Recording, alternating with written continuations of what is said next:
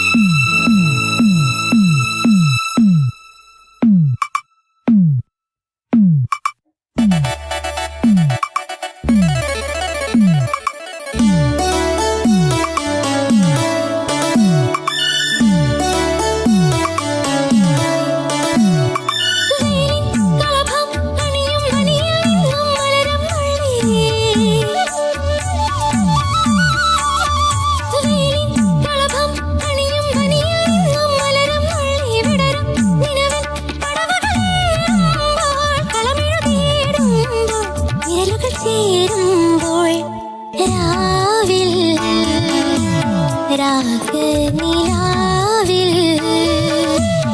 എന്നാത്മനാഥൻ വന്നെങ്കിൽ പൂക്കൾ തേനല്ലിപ്പൂക്കൾ ഇന്നെന്റെ ദേവൻ തന്നെങ്കിൽ രാവിൽ ഉത്രാടരാവിൽ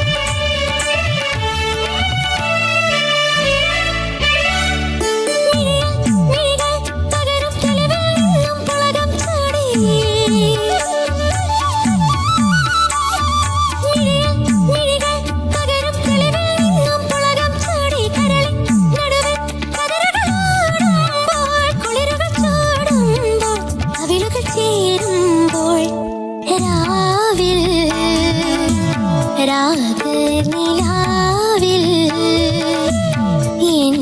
എന്നാത്മനാഥൻ വന്നെങ്കിൽ പൂക്കൾ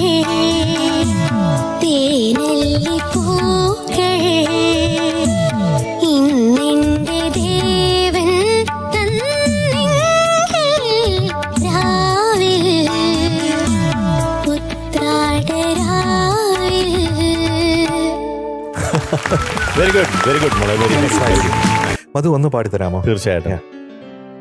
ആമലേ നിൻ രൂപം കാണാൻ അഭിലാഷമെന്നിൽ നിറയെ പാദചലനം കേട്ട കുളിരിൽ ആലോലമാടി മോഹം ഇനിയുമെന്നെ നീ പിരിയല്ലേ ഇനിയൊരിക്കലും പോകല്ലേ മൃദുലം മൃദുലം തവ നടനം മധുരം മധുരം മധുവചനം മനതാരിലെന്നും പൊൻകിനാവും കൊണ്ടുവാ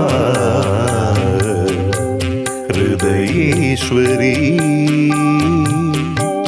മമ ജീവനിൽ പ്രിയരാഗമായി വാ. ആഹാ, എന്തൊരു റൊമാൻറ്റിക് ആണല്ലേ നമ്മുടെ മധു. അതെ അതെ. ഇത്രയും വയസ്സായിട്ടും റൊമാൻസ് പോയിട്ടില്ല. എല്ലാ ചേട്ടനെ കണ്ടുപിടിക്കണം. അപ്പൊ മക്കളെ ആ, നമുക്ക് ചൈനീസ് കേൾക്കാം. മാർക്ക് എത്രയാണെന്ന്? എത്രയായിരുന്നു? അതെന്തിനാ ഇപ്പൊ ചൈനീസ് കൊണ്ടുവന്നേ? ട്രാൻസ്ലേറ്റ് ചെയ്യാന്ന് വിചാരിച്ചിട്ടായിരുന്നു. എണ്ണി നോക്കട്ടെ. ജോഷേച്ചി മനസ്സിലായോ? ഇല്ല. She's going to be 97 on 100 today.